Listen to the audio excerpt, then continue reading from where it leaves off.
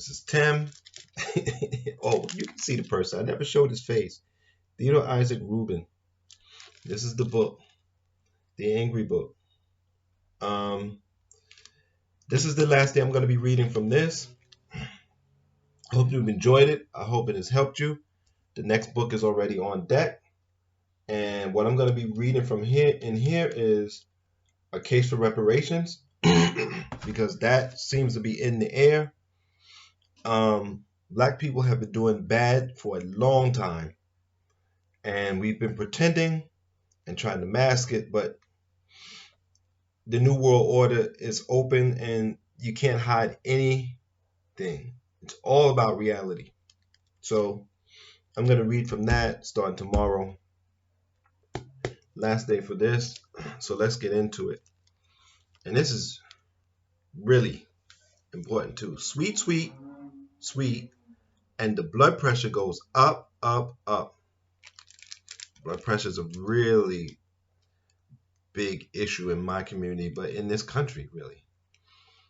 He got so angry he nearly had apoplexy. This wouldn't be like if he expressed his anger. It is the man who gets angry and manages to hide it completely whose blood pressure goes up enough so that he has a stroke. There is no question that slush poisons us physically.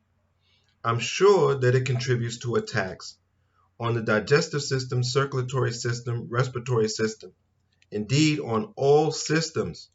Chronically sitting there, it undoubtedly adds its share to whatever faulty physiology already exists, pre-existing conditions. Not to mention any disease or bodily dyscrasia that may develop later. It is impossible to evaluate its exact role, that is, to measure its influence exactly. But can you picture a man bottled up with angry slush functioning well physiologically? It is likewise impossible to measure accurately the role of perverted anger in psychosomatic disturbances. But physicians and psychiatrists with ample clinical experience will hardly deny its enormous role. Let us talk a bit here about psychosomatic illness. It will help us to shed some light on perverted anger and its deleterious physiological effects on the poisons we call psychosomatic illnesses. This is important because these pre-existing conditions, respiratory system, is a problem for COVID-19. So you want to deal with this because strokes can kill you on their own, but now we're dealing with something else. First, it is important to realize that thoughts, feelings, sick feelings, and regular physical functions all take place in one body. In that body, nothing can take place without having an effect on everything else. The ears receive sound waves and the eyes receive light waves that convey messages to the brain, in which is integrated information that perhaps makes us angry. This feeling is felt by the entire body. Messages are sent out by chemical changes in nerves so that various hormones are excreted. Heart rate changes. The diameter of blood vessels change, and so on. These effects in turn affect the skin, musculature, digestive tract, lungs, and all systems and organs of the body. Messages that are smooth and free-flowing will have concomitant healthy physical expression and counterparts. Messages that are polluted will have poisonous physical repercussions. Some people confuse psychosomatic illness with hypochondria. They are not at all the same. With hypochondria, which also often has self-hating poison elements, the illness is imagined. A psychosomatic illness is real indeed. The cause or origin of the illness is emotional, but the sickness is a demonstrable lesion. There is a malfunction that can be demonstrated or seen by some clinical means, auscultation, stethoscope, palpitation, feeling with fingers and hands, percussion, finger tapping. X-ray laboratory diagnosis, and so on. Gastric duodenal ulcer may have physiological roots, but the erosion in the stomach or duodenum is a physical entity. The same is true of certain skin lesions, the afflicted bronchi, and asthmatic patients, and so forth.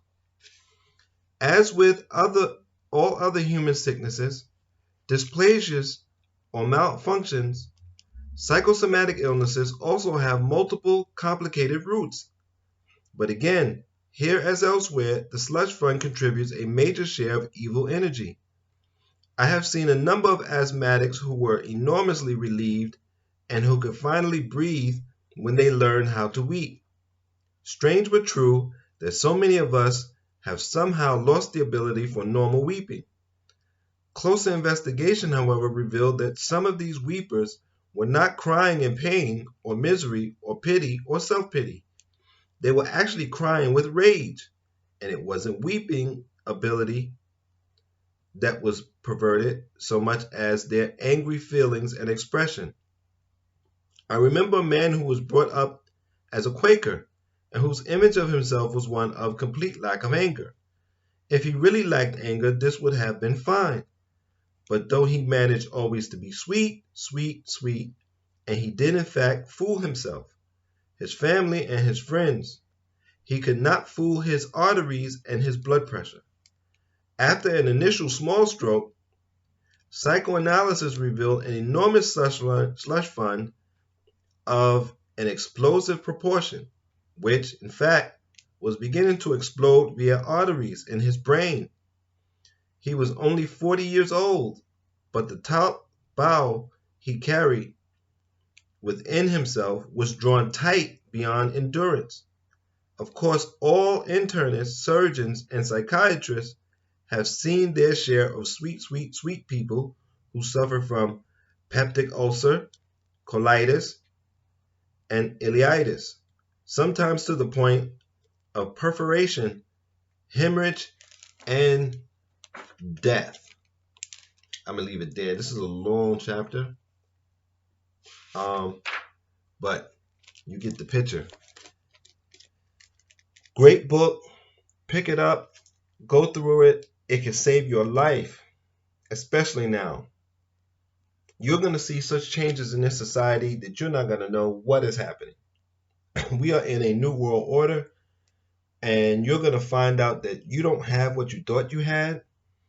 You don't have the security or stability you thought you had, and anger is going to come out. So you have to know how to deal with it. It's crucial.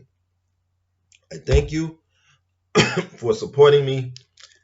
And until next time, please take care of your mind, take care of your body, and be safe.